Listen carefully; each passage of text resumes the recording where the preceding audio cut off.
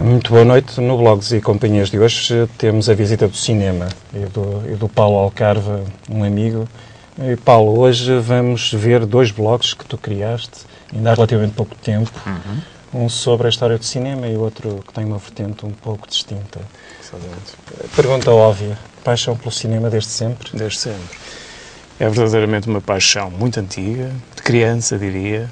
Cresci a ver filmes, cresci a imaginar a ver filmes e, enfim, o cinema cresceu comigo e, à medida que eu fui crescendo, fui me apaixonando cada vez mais pelo Mas isto aqui cinema. na cidade do Porto, não é? Porque também consideras Sim. que a cidade do Porto é uma cidade que tem no cinema algo, se calhar, da sua gênese, ou está muito ligada. Afinal, é a cidade de Manuel de Oliveira, não é? Exatamente. E a cidade do primeiro filme, efetivamente realizado em Portugal, foi feito na cidade de Porto. Nós estamos a aprender. Eu não sei se está aqui no blog ou não. Por acaso não, essas imagens não estão, porque o blog vai beber muito ao YouTube, que é um espaço, de facto, onde se partilham imensas imagens, e curiosamente a imagem do primeiro filme português não está disponível. Portanto, na cidade do Porto, era isso que disseste? Exatamente. Foi e realizado. qual era a temática? Foi uma cópia feita do primeiro filme, feito pelos irmãos Lumière. Os irmãos Lumière, quando fizeram o primeiro filme, foi à saída de uma fábrica. Sim. E o primeiro filme feito em Portugal foi feito na saída da fábrica Invicta. Não poderia ser até um melhor nome, de facto, para essa mesma fábrica. E foi a saída das operárias. Portanto, é uma imagem estática, mas foi a primeira imagem, não há um filme, não é cinema ainda, é mais técnica do que arte de fazer cinema, mas de facto as primeiras imagens colhidas em imagem, enfim, em película, foi feita na cidade do Porto. Portanto, temos uma grande tradição nesta arte que é o cinema. E eu continuo a achar que se calhar aí que faz falta ainda à cidade do Porto um filme marcante. Pelo menos é um dos desejos que eu gostaria de ter, de ver nascer algo que projetasse mais a cidade, precisamente utilizando o cinema. Mas eu vejo que depois, em setembro de 2010, de um momento para o outro, de assistente e de amante, resolveste começar a escrever ou a projetar também para os outros num blog, e de uma forma engraçada, de uma forma cronológica, como entendias o cinema, não é? Exatamente. Portanto, isto foi em setembro de 2010 que começou Foi muito recente. Começou talvez um pouco antes, através do Facebook. No Facebook comecei a lançar alguns posts, especificamente a fazer uma cronologia sobre a história do cinema. Numa viagem verdadeiramente pessoal, ou seja, não existe aqui nenhuma lógica ou nenhuma cronologia histórica ou académica. É meramente pessoal, de gostos pessoais. E o Facebook, como era bastante desgarrado, a forma como chegavam lá os posts. Enfim, fui tendo solicitações dos meus friends do Facebook. Eu também era uma das pessoas que acompanhava, às vezes não percebia muito bem, pelo conteúdo técnico, mas... Por vezes torna-se um pouco hermético o gosto do cinema. Mas porquê isso?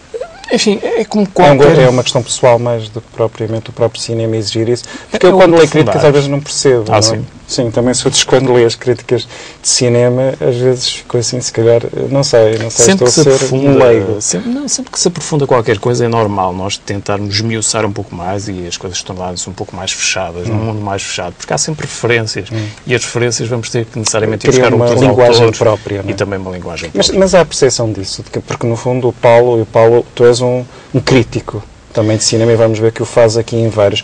Mas existe, digamos, essa percepção de que se pode estar a trabalhar mais tecnicamente e menos, se calhar, para o leitor, neste caso para o leitor. Eu acho que não existe essa consciência. Estou convicto que as pessoas deixam-se levar claramente pela paixão de cinema e, portanto, ao observar um filme, vão buscar referências. Se calhar coisas que outras pessoas não veem. Eventualmente. Ou conseguem catalogar as referências, ou seja, as sensações, eu acho que toda a gente tem a percepção das mesmas e consegue absorvê-las. A sensibilidade e as emoções. Exatamente. Agora, eventualmente, quem terá um olhar mais atento e terá essa historiografia, essa cinefilia, eventualmente consegue catalogar e consegue encontrar referências, quase como num livro, num autor. Quando estamos a ler um autor, encontramos mas isso referências. Faz-se por si próprio, é autodidata, não é preciso um curso de formação para... Não tiveste? De todo. Foi assistindo e lendo críticas e desenvolvendo por ti próprio as Exatamente. também demonstra que estamos muito pouco sensíveis. Não é? Isso é uma reflexão muito interessante e que eu acho que importará seguramente fazer, que é a necessidade de nós termos de ser bombardeados com imensas imagens e sempre à procura do novo e de coisas sempre diferentes. Acho que isso vicia o nosso olhar e faz com que nós não olhemos para coisas verdadeiramente importantes. Mas então, um puro do cinema, como é que vê a 3 e 4 dimensões?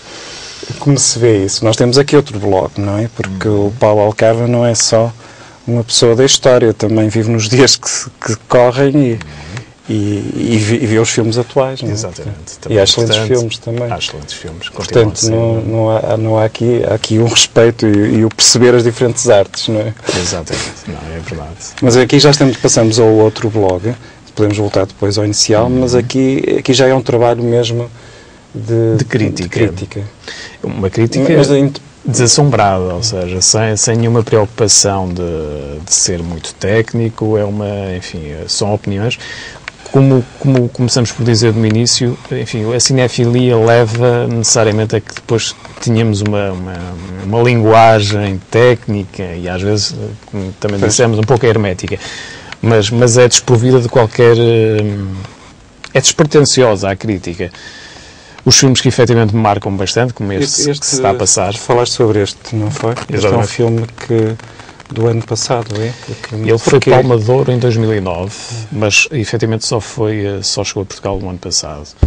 É um filme perturbante, de um realizador que normalmente faz filmes perturbantes, que é o Michael Haneke, que é um realizador austríaco, mas que filma muito em França. E esse, curiosamente, é um filme filmado na Alemanha, em língua alemã. Marca um período pré-nazismo que nunca se vê, mas pressente-se por todo lado. Eu vou ler aqui porque, nas vésperas da Primeira Guerra Mundial, numa pequena vila alemã, acontecem violentos acontecimentos esporádicos e sem explicação. A câmara de Haneke passeia pelos núcleos familiares daquela pequena comunidade, a casa do pastor, a escola, a mansão do barão, o casebre do empregado. Uma queda de cavalo, o desaparecimento de uma criança, a morte de uma mulher, pais duros, filhos submissos, jovens revoltados, intolerância, pedofilia e castidade. Sobressai, acima de tudo, nas relações entre os personagens, a impossibilidade do diálogo. Síntese do proclamar de uma qualquer guerra, interior ou entre nações. As guerras acontecem quando não há possibilidade de diálogo. Isso é uma grande verdade, que sou eu a dizer. E é exatamente nessa dimensão humana e dolorosa que aqui se trata. Portanto, é esta linha... Santos, tens um estilo próprio de elaboração da crítica? Não. Talvez de escrita. Eu percebo, digamos, está aqui uma apresentação muito interessante. Talvez de escrita. E, enfim, eventualmente uma vantagem, enfim, de conseguir verter em palavras aquilo que sinto quando estou a ver um filme. Portanto, mais do que tentar encontrar referências cinematográficas no filme, que confesso que às vezes tenho que as colocar, tento exprimir na crítica as sensações que tenho na observação do filme. E o que é que achas que é necessário uma crítica de cinema a desenvolver?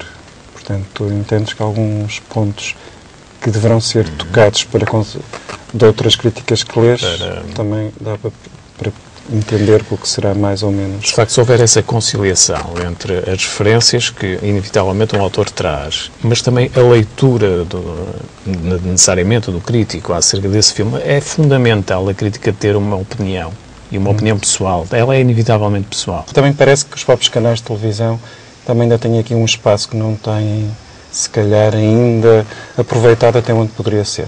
Este espaço, digamos, da história do cinema, dos fundamentos, porque todos nós nos maravilhamos e temos um interesse muito grande em percebê-lo. Paulo, eu quero agradecer a presença. Chegamos ao fim do nosso tempo. Eu espero. Foi um prazer. Eu espero que este projeto continue, e vai continuar com certeza, e que seja de maior divulgação, porque é extremamente interessante. Muito obrigado pela presença e obrigado também por terem acompanhado o programa. Uma boa noite.